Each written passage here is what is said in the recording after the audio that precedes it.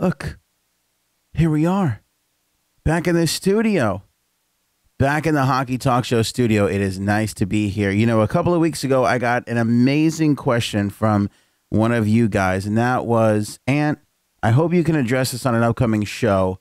What makes a good hockey front office person?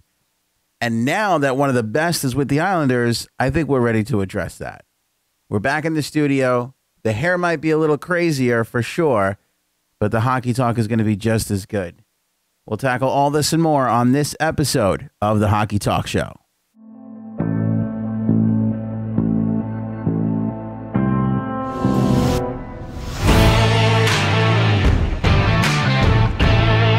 How's everybody doing on this Friday before Memorial Day, May 25th? It is good to be here with you back in the Hockey Talk Show studios. Redskins for life. What's up, John? How's it going? Welcome in, everybody, on Facebook and YouTube Live. And I want to say a special hello to the podcast audience because we have not talked to you guys in a little while. What's been going on very quickly here? Some studio issues we think we have under control now. And outside of that, we've been live streaming the games. So we've been watching the games in my living room, basically, and commenting along. So if you usually listen on the podcast or you usually watch on Facebook Live, just keep in mind, that's where we've been. So let me take this opportunity to encourage everybody to go on over and subscribe to our channel on YouTube. This way you don't miss a single solitary thing. Head on over to our YouTube channel. Again, we have the links at hockeytalkshow.com, and you can sign up there because we only do the live reaction show games on our YouTube channel, and we are going to be doing them for essentially every single game during the Stanley Cup Final. Now, here's what I'm not going to talk about today, and that's the Stanley Cup Final. I mean, we can get into it a little bit, but I want to save Monday's show or maybe we'll do it Sunday. I haven't really figured it out, but we will do an episode regarding the Stanley Cup Final, predictions, matchups, all things of that nature. So we will definitely get to that as well. Michael, welcome in. What do I think of the new jersey designs? What am I reading this right? What do you think of New Jersey's design? I'm lost. I'm rusty. In case you can't tell, I am rusty. I am definitely rusty. Deirdre, I'm going to give the prediction of the cup in the specific episode that we're going to do based around the Stanley Cup Final. We'll save that. We'll save that for a whole separate time. We'll get into that when we get into that. I want to dedicate a specific show where we can go all through that and run through that quite quickly. And Louis Trust says, Greg, let me see here what we guys are saying here on the well, we got our guy Lou Lamoriello. It's great for the Islander fans. Is Pittsburgh looking to trade Phil Kessel?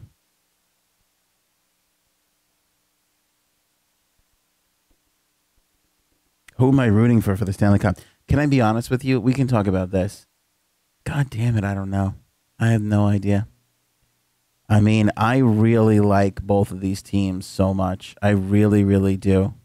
I don't want to give away too much, but it feels to me like both these teams are like such a team of destiny, don't they? They feel like a team of destiny.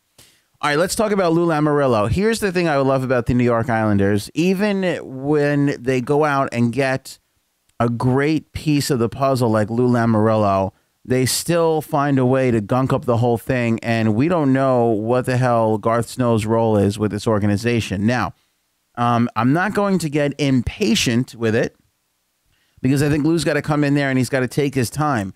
If Lou tells everybody in 2 weeks Garth is going to be the general manager of this team, I don't think it throws a wrench into the equation. Everything is still going to go through Lou Lamoriello. If in 2 weeks he says, look, we met, we talked, it just seems like it's going to be better to let Garth Snow go, I also would not be surprised.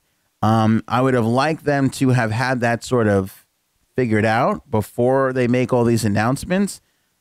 Because I think it's weird that Lou has gone on this entire press tour and he has essentially said, well, I don't know. I'm not ready to make that, comment, blah, blah, blah. I would have liked them to have foreseen a little bit of what the future is going to be here and make that call right away.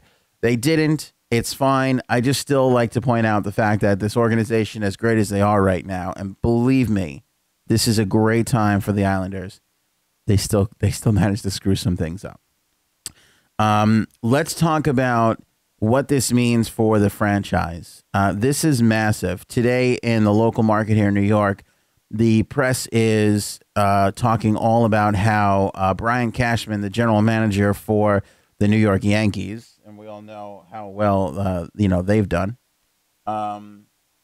essentially is praising the New York Islanders for pulling off such a move like this. And let's be honest, one of the game's best general managers just came to the New York Islanders. So obviously, there's a lot to be excited about. I think this saves them with John Tavares. I think that's hugely important. I think it brings a lot of respect to a team who desperately needs to make some additions in the offseason, and there's not an easy route to that. There's not a ton of great free agent goaltenders, so a trade is going to have to be made. And there's not a whole slew of top, defensemen that are going to be available via free agency either. There's a lot of work that's going to need to get done, and it's going to have to be through some of the trade markets. So do you want to come say hi to everybody? So there's a lot of work to be done, and it has to be handled skillfully. The league, the other general managers respect Lou Lamoriello far greater than they respect Garth Snow.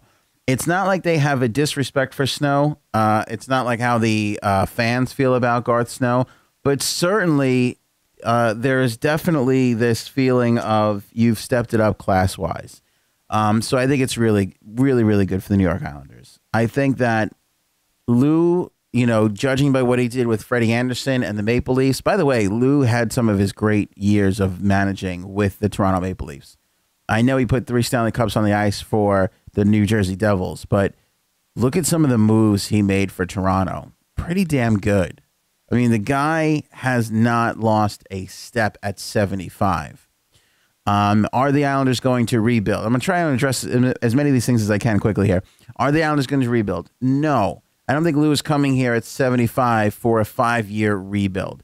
So I think he's going to sign John Tavares. I think they've had this conversation already, although Lou said he doesn't want to confirm or deny that he's met with John. I think this is going to convince John to stay. I think whatever Lou pulls off at the deadline, which he likes to make some at the draft, he's made some draft moves. I think that is going to put the nail in the coffin to keep John Tavares here. I also think that Evander Kane signing with San Jose for $7 million, 7 years, eliminates one of John Tavares' options. You look at where the San Jose Sharks are; they only have a little over $7 million on the cap now. Now that they've given $7 to Kane, they have to sign Joe Thornton. They have to sign Tomas Hertl, I believe, and they have to sign Joel Ward. And so they're each going to take a little bit of piece of that pie. Now, I think that Thornton shouldn't sign for more than $1 million. But even if he does, that takes you down to 6. Hertl and Ward are going to want to get paid maybe $3 to $5 million between the two of them, depending on what they're able to negotiate. John Tavares is not going to San Jose for $2 million. So San Jose has been taken off the table for Tavares. So that's one less option you have. And by the way, I thought San Jose was a really damn good option for him. Thornton is going to take less money. I agree. I think he has to. I think he signed this year for $8 or $7 million. And if he wants to play one more year, I'm with you, man. He's going to have to take less money. I don't know if he's going to take league minimum, judging by like Jerome McGinley and some of those guys. It seems like $1 million flat is the fee for, an aging player to take a discount at. I don't think these guys want to sign for $750 million, So that's that. So I think that takes one thing off the table. Rob, what's up? Welcome in. Try and get some of these comments as well. Is it Loam Darkin? Am I seeing that right? Tavares going to Pittsburgh. Kessel is gone. Totally disagree with that. Totally disagree with that. I don't think that Pittsburgh is afraid to make some bold moves. I don't know if getting rid of 81 is the answer. Everybody's been shouting about Phil Kessel. Phil Kessel was hurt. I'm tired of hearing about Phil Kessel. Get off Phil Kessel's back. And I'm not directing this at you. But everything I read is Phil Kessel's going and Phil Kessel this and Phil Kessel's that. The guy was hurt. What do you want from him? He was hurt. The Pittsburgh Penguins have the greatest 1-2-3 combination in the National Hockey League. Crosby, Malkin, and Kessel. And then you add Gensel in, but only when it comes to playoff time. I mean, there's no better. They've got the most solid 1-2-3 punch. So I don't think Kessel goes anywhere, and I certainly don't think that they're going to move Kessel to bring in John Tavares. I just don't foresee it, guys. I don't. I'm sorry, but you know, they've had to figure out 2 all-stars on that team between Malkin and Crosby. They're not bringing in a third. I just don't see it. They're not bringing in a third. And I disagree. Jim Rutherford's not an idiot. He's a fantastic general manager. The Pittsburgh Penguins have become the New York Yankees of the National Hockey League.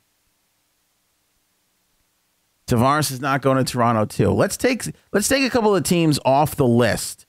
Toronto, Tavares to Toronto, not going to happen. Never, ever, ever, ever, ever going to happen. John Tavares does not sign with the Toronto Maple Leafs. I am this close to making a Philadelphia Eagles fan guarantee on that. I am this close. Because it's just not going to happen. You don't have, again, they're not there just yet, but Marner, Nylander, and Matthews is here to where Pittsburgh, I mean, that when those guys fall in and they get it, they're going to be great. I mean, Toronto is literally going to let James Van Riemsdyk walk out the door. Why would they let him go to sign John Tavares? Like, no, you always keep the guy that you have.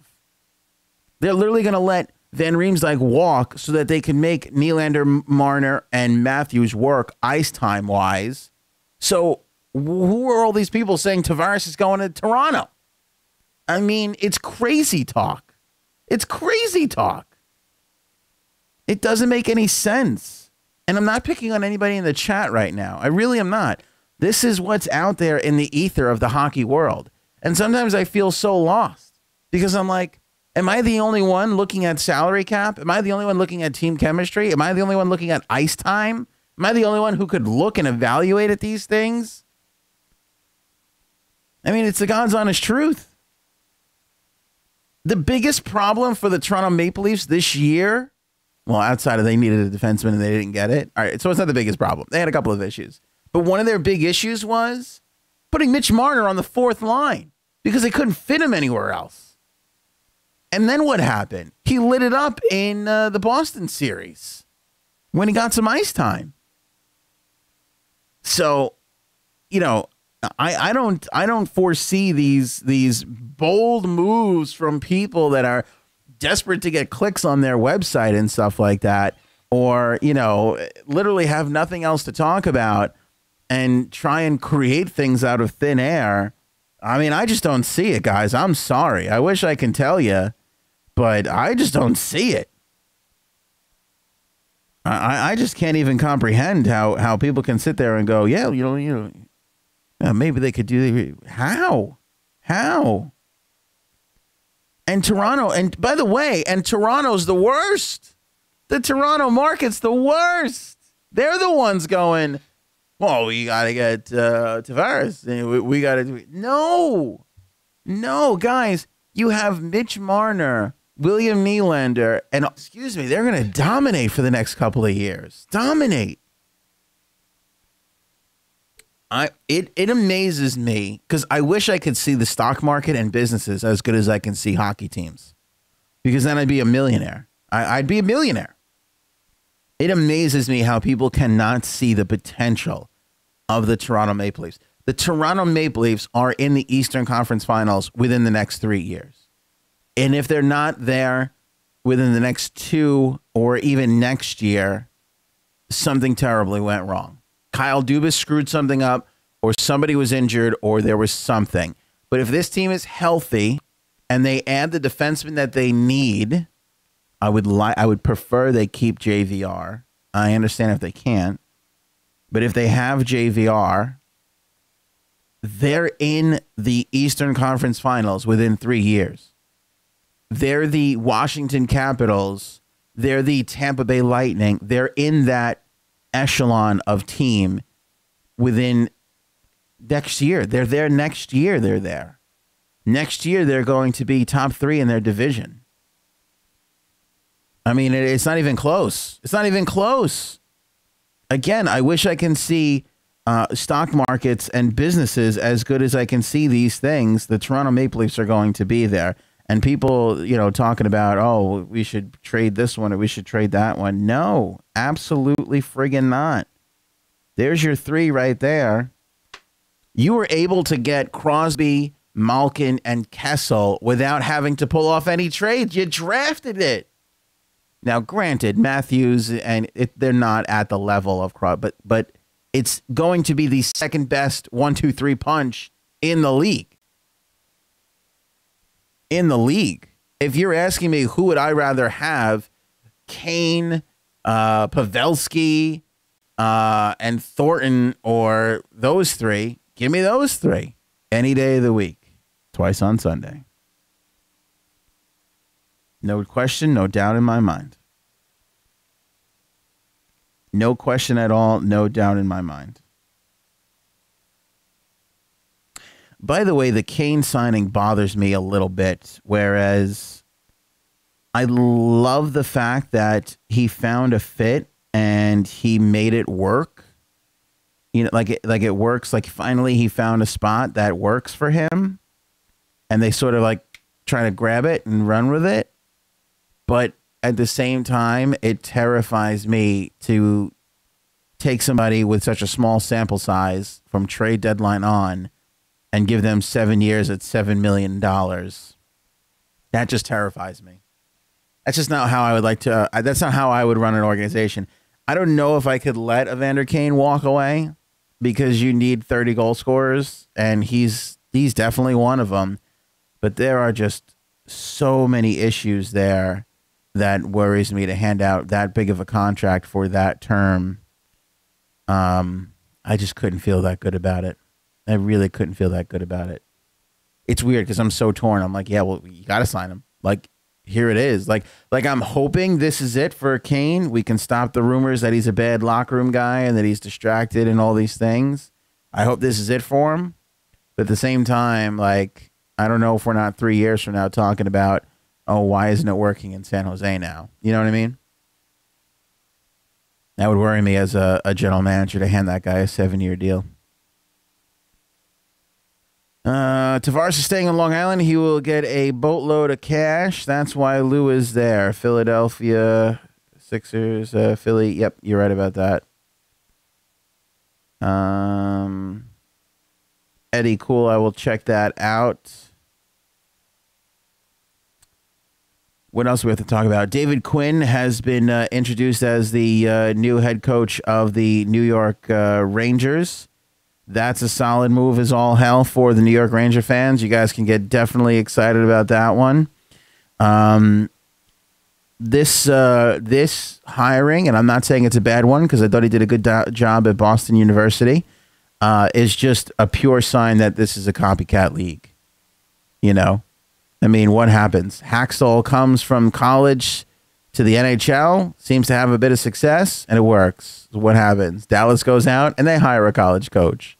Now the New York Rangers need a coach, and they go out and get a coach. So, good move for the Rangers. I have not a bad thing to say about David Quinn. I am hopeful for them. I actually love the move from this standpoint. If you're going to build a team with youth, the way the New York Rangers are going to embark on right now, what better type of a coach to get than somebody like a college coach, you know, who's used to talking to young kids, who can, you know, develop them, you know, has short amount of time. Like you got a 4-year window for these college players. You know, you want to turn this thing around for the Rangers in 4 years. So it's a great move from that perspective and from that standpoint. Let's talk about coaches and the ones that are out there right now for the National Hockey League, because we touched upon what is Garth Snow's move, but also the Islanders and Lou Lamoriello has to consider, does he want to stay with Doug Weight as the head coach? I think Doug Weight gets to stay. I do. But at the same time, I wonder if Lou is not tempted to go and take a look and take a peek at what is out there, because Alain Vigneault is out there and Dave Tippett is out there. Like, you got some heavy hitters out there. And if Lou wants to get a quick turnaround, you know, I would strongly consider taking a look at those guys. If I'm Lou Lamoriello right now, on top of evaluating my franchise, I am going into one of them super secret meetings with Alain Vigneault and with Dave Tippett and just talking to them about the team and seeing if there's a fit there, seeing if there's a connection there. Because nothing against Doug, but it took them an awful long time to make adjustments in this past season. An awful long time. And that is stuff that those other guys would not allow to happen. Rob, short leash on Weight. Weight has a leash the size of this pencil. I mean, literally, could you make it longer than that? I couldn't. I really couldn't. What's Lou going to do with the Islanders? So aside from decide what Garth Snow's future is going to be, and again, I think there's some interesting things that have to do with Toronto here. Kyle Dubas gets named general manager, and we should do a dedicated show just to this one day. Honestly, I mean, we really should, because there's so much drama behind this about how we got to a place where Kyle Dubas became the general manager and Toronto wound up losing both Mark Hunter and Lou Lamoriello within a week. I mean, it's crazy. I don't see why AHL coaches don't get a call up. Yeah, a lot of them don't. A lot of them do, but a lot of them don't. I just don't think it's a feeder as much as it is for players. You know, coaches can literally come from anywhere. Europe, the A, college, former coaches. Coaching's a tough thing. It's tough to find a good coach. That's why I'd seriously be looking at Alain Vigneault if I were Lou Lamoriello. But anyway, so Lou comes over from Toronto now. Mark Hunter gets left go. Not only do you have the temptation of Alain Vigneault and Dave Tippett out there for your coach, but you have the temptation of bringing in a Mark Hunter to be your general manager. I mean, what's to stop? Like, Hunter leaves Toronto because he's not made GM. Lou goes to the Islanders as president of hockey operations, enjoys time with Mark Hunter, can give Mark Hunter a GM job. Question is does he get rid of Garth, which I don't think would be that big of a deal. I think the bigger issue for that is, does he put somebody in over his son who's been an assistant general manager for like 15 years? That's a little tough. That's a little strange, you know? So that's something to think about. But I think the possibility of Lou going out there and grabbing Mark Hunter to be the general manager is something that not a lot of people are talking about, that I think is very, very possible. Especially since Paul Fenton just got put in as general manager of the Minnesota Wild, which we'll spend some time talking about, maybe not on this show, but in the future. And Carolina has their general manager in place too. So the GM jobs are starting to disappear quickly. And Mark Hunter, instead of sitting out a year, might say to himself, well, look, I can go and sit in there. I can go and join my old pal Lou and get a GM position or head of player development thing or something. He's 75, and then maybe I can come in and step in there and figure it out when he goes and be the general manager of the New York Islanders. Enrique asks, does Tavares stay now on Facebook Live? Thanks for the question, Enrique. Yes, I think he does. I think he's going to go down to that 5-day time period. I think he's going to talk to some of the other teams that are out there. Like we said earlier, San Jose is now off the table. They're not going to be. They're not going to have enough money to, be able to throw his way. Certainly, he's going to gain a lot of interest. There'll be, I'm sure, 18 to 25 kick the tires, gauge where they're at, and make some decisions. As far as come July 1st, I wouldn't be surprised if John goes there as well and gets some hardcore offers from some other teams. I think that'll be down closer to around 5 to 7 teams.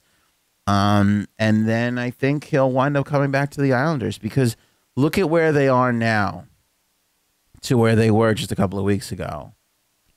You have all the great things about the team. Anders Lee, Josh Bailey is his close friend, anonymity of living on Long Island, still the advantages of being right near a big city, Matthew Barzal, and now you have Lou Lamoriello, one of the greatest minds in the game, calling the shots.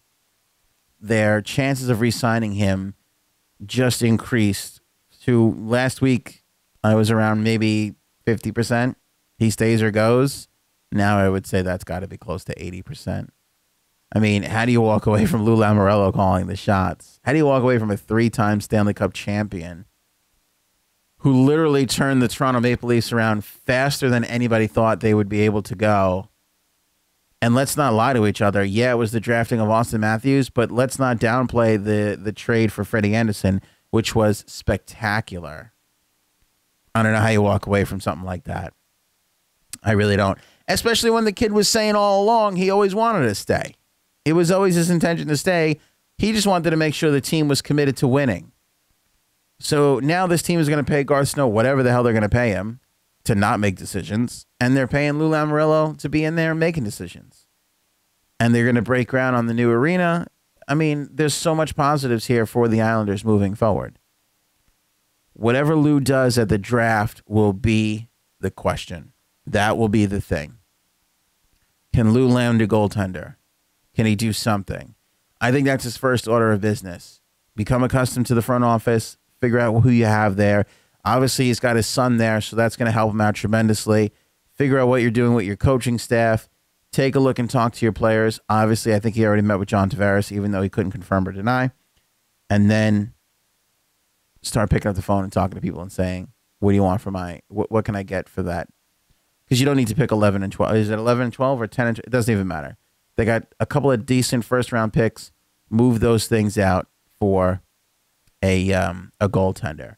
Pro tip, you read my mind. So the other two things that he can drag from Toronto to the island, one is Matt Martin.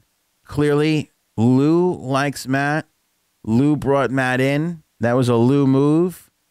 And Mike Babcock couldn't put the guy into the lineup. Mike Babcock never wanted to put him there. So I think Matt Martin will come back to the island and they'll reunite that fourth line, which, let's face it, really lost its mojo since losing Matt Martin. I still have a great respect for Casey Cizikas, but he's not the offensive player that Garth Snow thinks he is. And I like Cal Clutterbuck more than anything. In fact, I actually was just rapping with him the other day at the golf tournament. If you missed our live show, ran into Cal the other day, just a quick hello, and respect him greatly, and put him back together with Matty Martin, greatest fourth line in the National Hockey League. I also think that there is a possibility that James Van Riemsdyk comes to the Islanders, and here's why. I know this may seem crazy at first, but he's going to go off in free agency. The Islanders are going to have a minimal amount of space. I think Lou garners that much respect to come in and sign, Van Riemsdyk to a deal like that. Van Riemsdyk is from the area. He's from New Jersey. So I think that has that going for it. And I also think if the Islanders are going to step up and make a move for goaltending and defense, which they need to do, and they're going to sling those 2 first-round picks around, I think the possibility of trading Joshua Ho-Sang is a real reality. So I think if you move a Ho-Sang out and you bring in your defenseman and you get your goaltending and you just want to shore up that scoring ability, if you can make it work number-wise, and again, it all depends on what John winds up taking and, everybody else who's still got some contracts, I think JVR is a strong possibility for the Islanders. I really do. Now, here's a good tip coming from is it Loam Darkin? Am I saying that right? Lorne Darkin? I don't even know. I'm going to call you LD. Here's a good point for LD. JVR could go to Carolina to play with his brother. Absolutely. Absolutely. But if he wants to win, and he wants to win now, especially now with Lou, Islanders are going to be a possibility. If Neil walks from Vegas, Vegas is going to be a possibility for JVR. Montreal is going to be throwing money at all kinds of forwards, especially since looks like they're probably going to walk away from and or lose Max Pacioretty. So I think that, JVR is going to have plenty of suitors. JVR is going to be in a position where he can seriously get overpaid.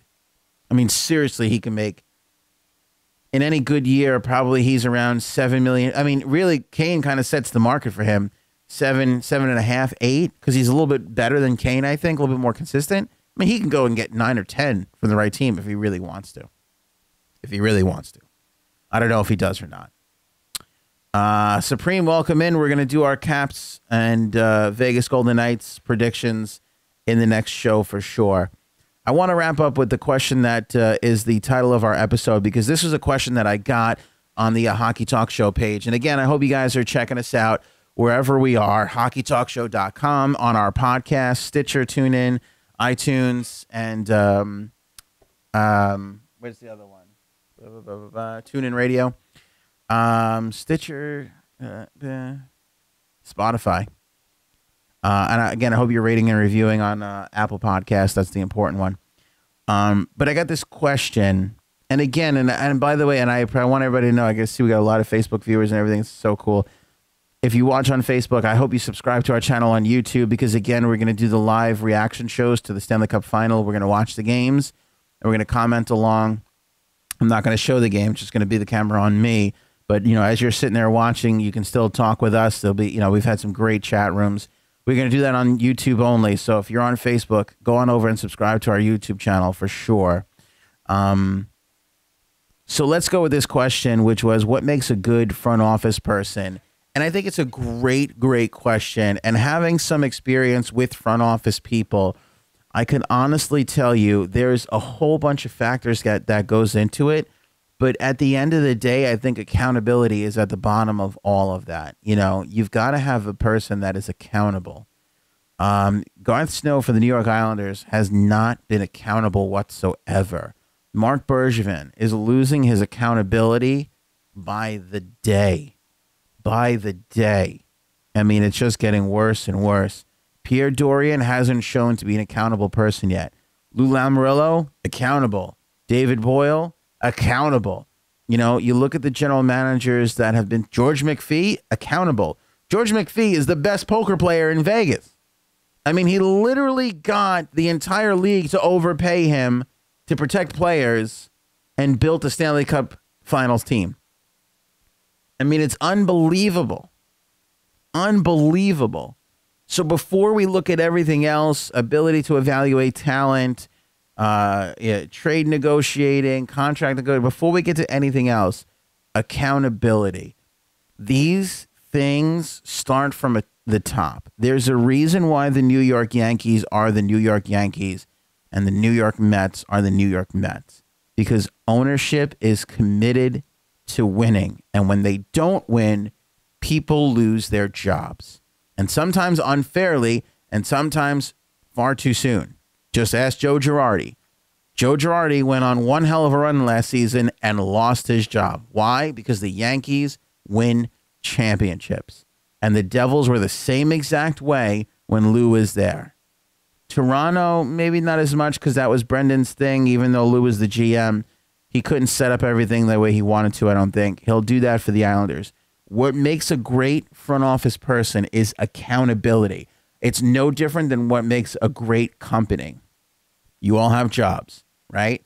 Your boss, maybe a little disorganized, maybe a little flaky, maybe spends too much time not doing the things he should be doing. Maybe he doesn't work and just passes everything along to everybody else. Maybe he favors some people over others. How does that make you feel? Right? They don't get the most out of you that way. Owners flaky. Owner takes too long to do things, right? Owner makes quick decisions. Owner listening to the wrong people inside the organization. Owner constantly firing people and not being able to evaluate talent and see who really works and who's been proving it year after year in their position. You know, I always love that. Well, can they do this or can they do that? Mark Hunter leaves the Toronto Maple Leafs. Oh, what's Toronto going to do? What's this, that? Go look at the scouts that Mark Hunter's put together. There might be another Mark Hunter in that group. Just because they haven't done that job well doesn't mean that they can't do it. Maybe they've been focusing on doing what their responsibilities were.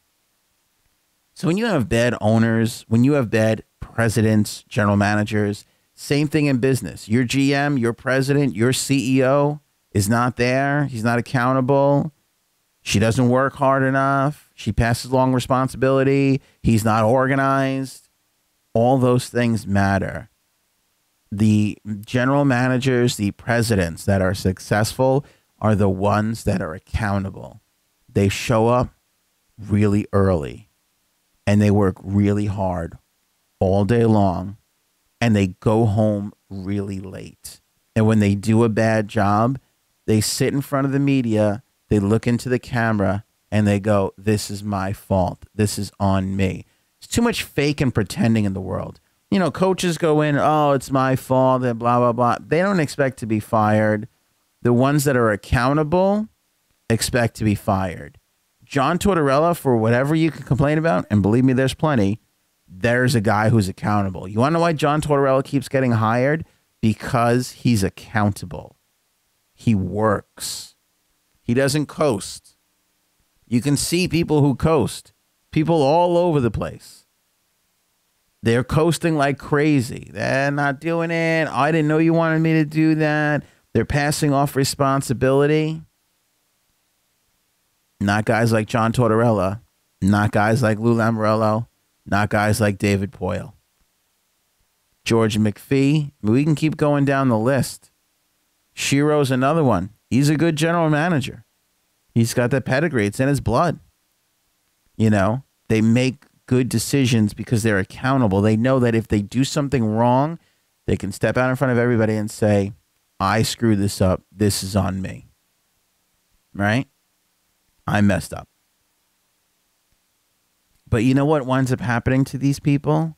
They don't screw up a lot because they put the work in. You know? I like all these people that go, oh, Vegas, they got so lucky, or this is my favorite thing in the world.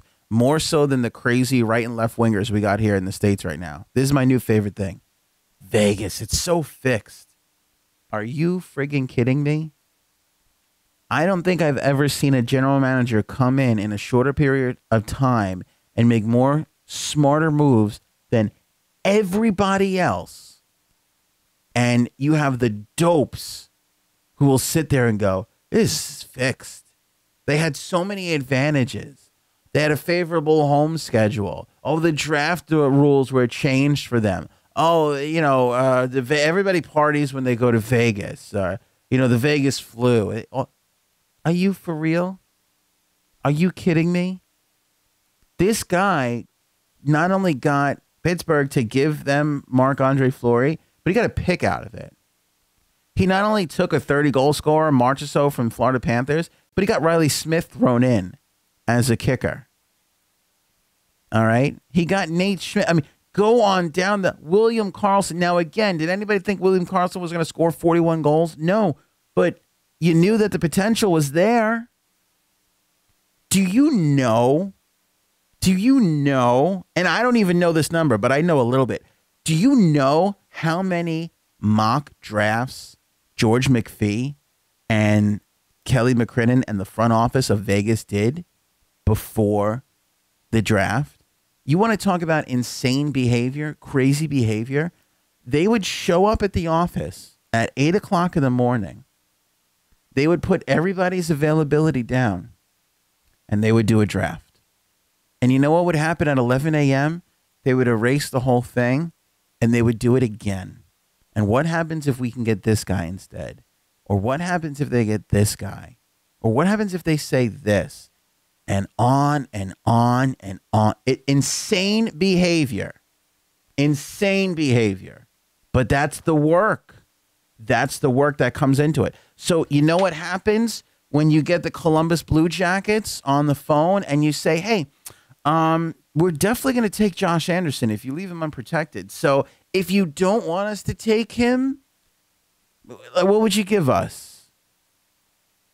Knowing full well that they had 2 or 3 other players, i.e. Carlson, that they were going to take.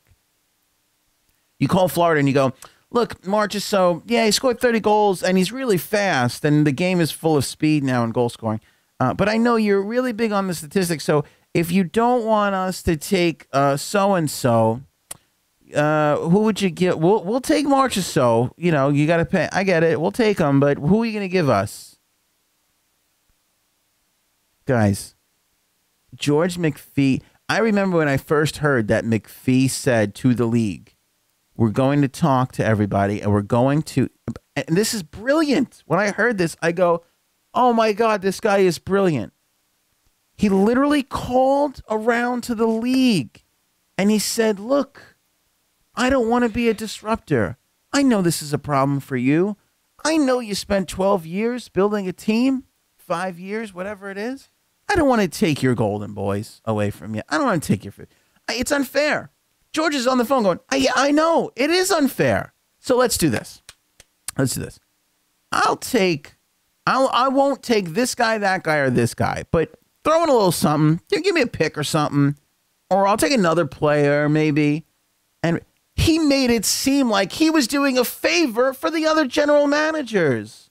And what did 30 other general managers do? Hook, line, and sinker. Like that. Hook, line, and sinker. This guy outplayed 30 general managers, and some asshole on Twitter with no, picture on his thing is going to go, this is fixed. You fucking kidding me? You got to be kidding me. So if the question is what makes a good front office person, it's accountability. It's putting in the work. It's trying harder and trying to be better than everybody else. And that's what George McPhee did this year. And that's why his team is in the Stanley Cup final. He got the right coach. He got the right players. And damn it, if he's got a great, bright future. I mean, Vegas is going to be good for years. I think personally that they're going to have a little bit of a hangover next season. I don't know if they're going to be as successful. But honestly, they're going to be great for years to come because they got all the players that they need. They got draft picks and they got youth coming through as well already. And it's somebody that puts in the work. Look, a good general manager knows every other organization just as good, if not better than his own. He knows that when it comes time to the, when it comes time, like people go, well, what does a general manager do? You know what he does? He sits in his office and he studies and he looks around and he checks out, depth charts and who does a team have in Europe and where are my prospects? Where are we at organizationally? And if I want to upgrade my goaltending, who can I go to get to? A good general manager, if you walk into a room with a good GM and you say, we got to get traded for a better goaltender, who should we contact? A good GM can rattle off 5 teams to you right then and there and say, we got to call this one, this one, this one, this one. Let's see where we can go. And he builds a list and he says, we're going to go for this guy. If we can't get this guy, then we'll try and get this guy. If we can't get this guy, then we get this guy. So accountability, and a general manager holds his coach accountable, his assistant coaches accountable, his players accountable, his trainers, and everybody else. If you're slacking, if you're not pulling in the right direction, then you get fired. And that is the motivation that makes people work hard. And by the way, being in the National Hockey League, whether you're an equipment manager, a player, an assistant coach, or a trainer, that's the promised land. You want to be there. People ask me, I was just talking to somebody, right, about a job. They call me up. They go, Ant, maybe we're thinking about bringing you in for this. What would you do in this, and that? Okay, I talk to people like that all the time. Other radio stations call me a lot from time to time, and they want to talk. And I never take the job. I've been where I've been for a long time. It's been working out really good. I'm very happy there. But anyway, I get called in for this job, and I'm sitting there, and it's an interview, and there's 10 people in there, and one person says to me, how do you keep people motivated? I go, if you need to motivate people in the radio industry, then they need to be fired. Plain and simple. They need to be fired. And they look at me like, wow, by the way, they didn't offer me the job. But that's what I said, and I stand behind it today. If you're in radio, if you're in my business, and you need to be motivated, there's the door. Because I have no use for you. Because you know who needs to be motivated? The guy that paves the streets. The person who works at McDonald's. The guy who does landscaping, right? These are not, maybe they are passionate jobs for some people, but for most people, they take them because of financial reasons. That's who you need to motivate. People that are in jobs that they don't, the stockbroker that doesn't really who wants to trade stocks really? It's not the greatest job in the world. Those guys you got to motivate. If you're in the National Hockey League or broadcasting or whatever, there's certain things. You do not need to motivate whatsoever. You're here because this is the best. This is where it's done the best. And you either pull in the right direction or get out. There's the door. So that's what makes a good general manager.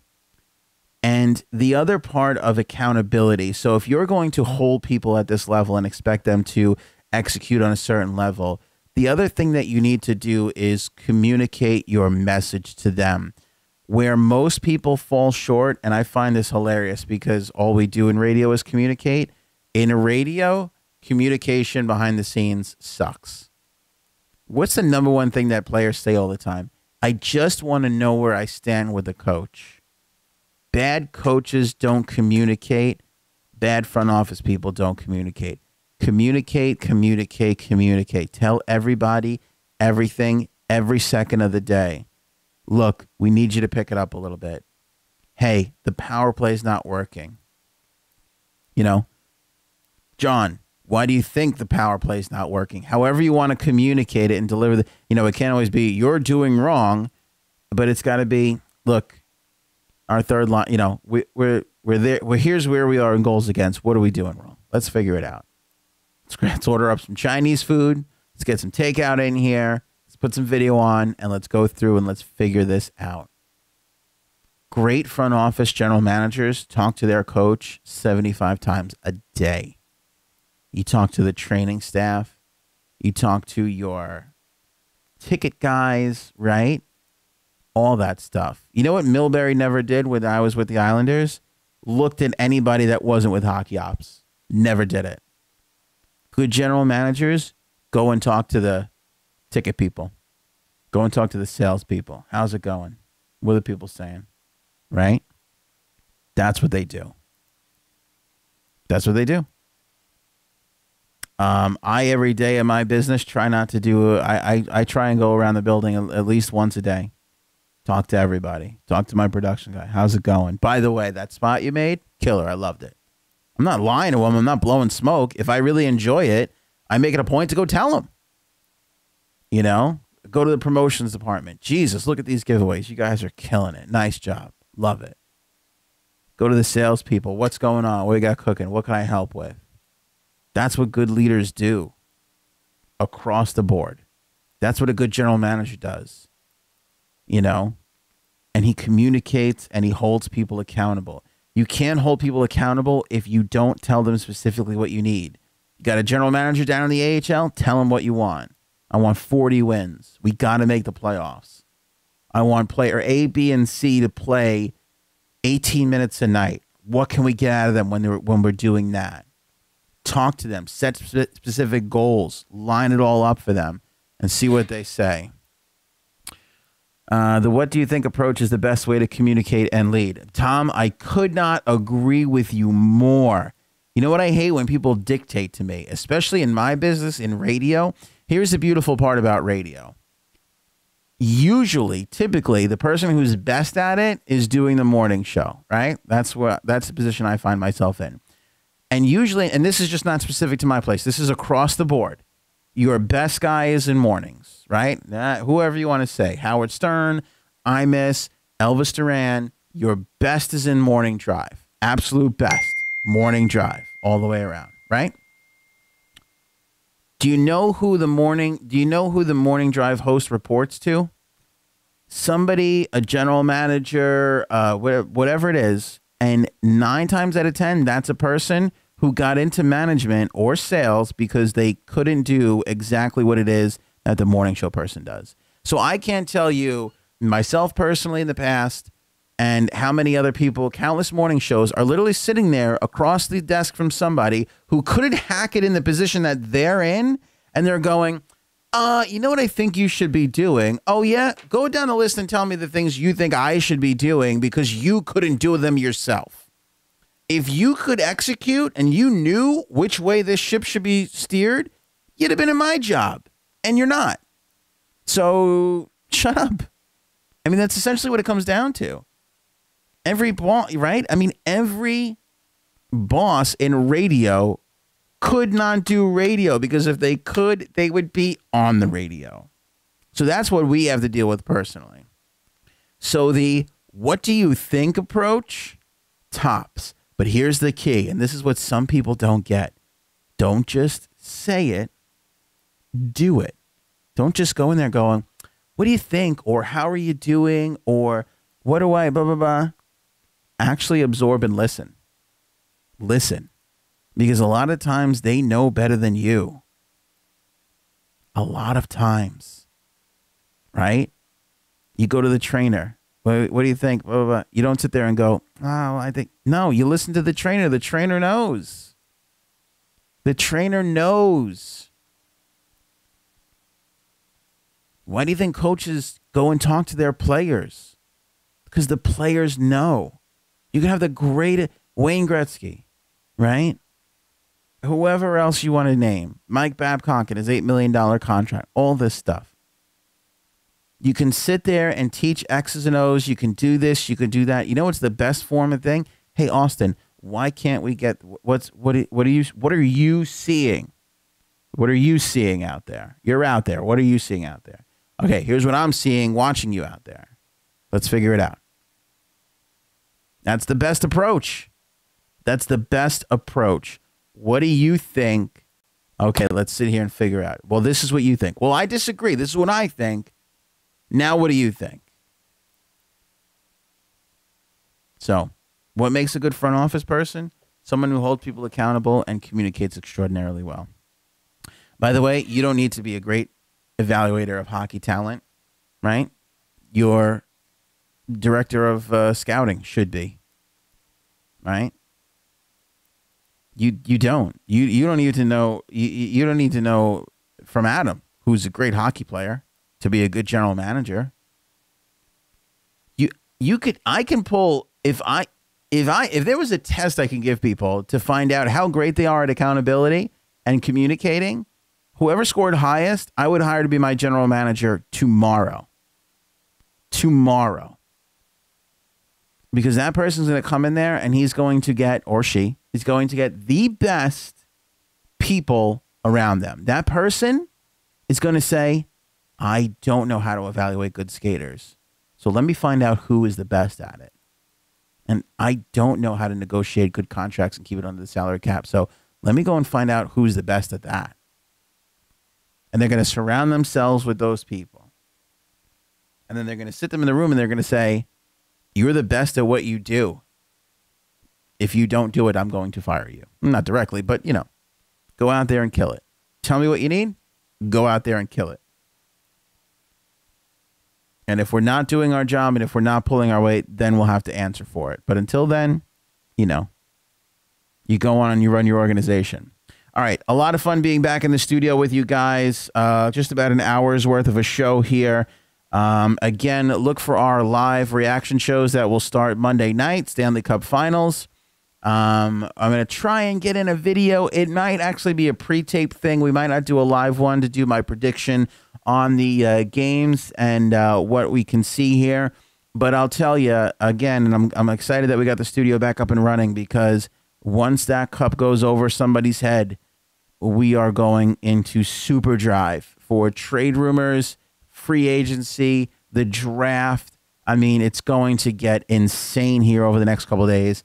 5 live a week. That's how we're going to be running strong over the next few weeks. So again, make sure you guys are subscribed on YouTube, on Facebook, and make sure you guys are telling people, spreading the word, sharing, let everybody know the Hockey Talk Show is here, making it happen for you guys. Enjoy the Memorial Day weekend. I hope you spend some time with some loved ones. You know, it's great to remember those that we lost and paid the ultimate sacrifice. But I always say the best way we can thank those people is by going to barbecues, by having a couple of brews, by inviting old friends over and just playing with kids and aunts and uncles and having fun. That's why they made the ultimate sacrifice, so this can be a free place. So go on out there and enjoy it. And I will see you guys back here real soon on the Hockey Talk Show and the